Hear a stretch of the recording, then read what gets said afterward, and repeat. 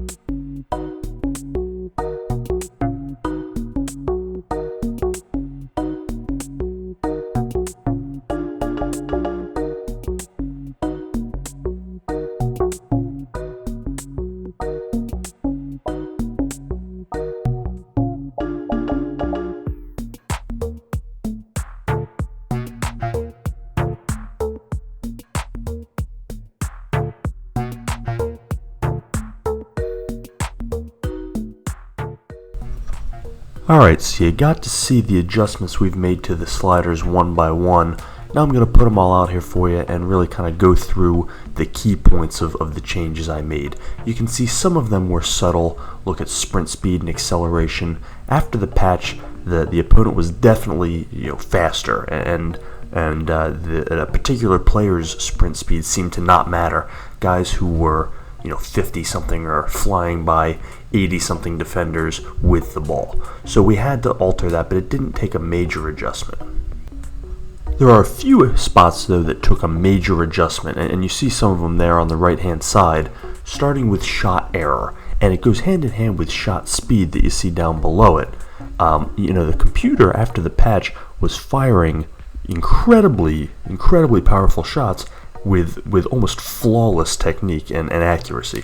So we had to add the shot error way up to increase the error potential, and then we had to very much lower the shot speed. So after a lot of trial and error, we settled on 88 for shot error and 22 for shot speed, which seems to be a good happy medium where there's still rip one from outside the box on you that makes you shake your head every now and then, but not 2 and 3 times a game. Another place where we may have a big discrepancy now between the user and the computer slider is that pass error. There were just far too many pass errors for the user, even when you're pointed in the right direction and with a good passer. And then likewise, the computers were just ticky-tacking all over the field, passing at will, and there was no way to even get up and defend it. So that's one where we've had to really create a separation at a differential.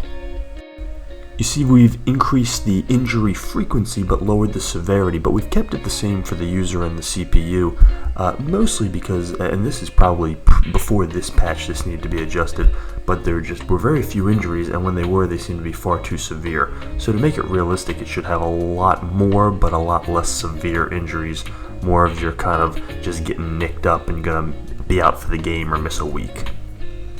Perhaps the biggest change I've made is in the marking, and this is where I saw the biggest difference when the patch was first updated and I went to play a game and I just said, what is happening? I can't even get the ball across the middle of the field. The computer was marking my men so just aggressively and dramatically and without fouling and just basically coming up and taking the ball from me every single time. It didn't matter how bad of a defender they were or how good of a ball handler I had. They could just walk up and take it, and there's nothing I could do about it. I couldn't make a move, I couldn't outrun them, couldn't outdribble them, couldn't outpass them. They just would eventually get the ball every single time. Likewise, my men would not stay with the computer offensive players and wouldn't play them nearly as tight. We were the exact opposite. So you see there we've gone up to 70 for the user and 26 for the computer player, which has created a pretty wide delta there, but it has to be that dramatic in order for this to work, and I've still even contemplated tinkering making the user one higher to mark our opponents even tighter. The next place with major changes is the run frequency and the fullback positioning. And these get pretty technical. We really had to lower the computer run frequency or else they're just taking far too advantage of your back line. And the fullback position really just to keep them from getting involved in the attack too much. It just became too much to possibly defend. Last and certainly not least, in fact it might be the most important, is the first touch control that you see down at the bottom. And this goes hand in hand with the marking. When the patch was updated, you really noticed that every first touch by our own players was awful, and it just helped, that with their super aggressive marking meant that any pass that had any force behind it or was more than a few yards apart was going to get taken from you, was going to bounce off your player's foot, and you were going to lose possession. At the same time, they had glue on their feet and could pass back and forth quick, hard, fast, and never lost possession or fumbled. So the marking and the first touch control really have been the key elements here that have made the difference for me in terms of playability and the ability to actually have some strategy, pass the ball around, formulate an attack, and actually have a chance to matriculate the ball up the pitch. That, coupled with the other big changes for shot error and shot speed on the computer side, have given me a fighting chance. As I said, with Ultimate you still have to be good. You have to be really good. And it should be that way. I don't want to make it too easy, but I want it to be possible. I want it to have a chance to actually compete and win if you play the game the right way. That wasn't the case after the patch came out. Now I believe it is. So as I said before, I'd love to get your feedback on this.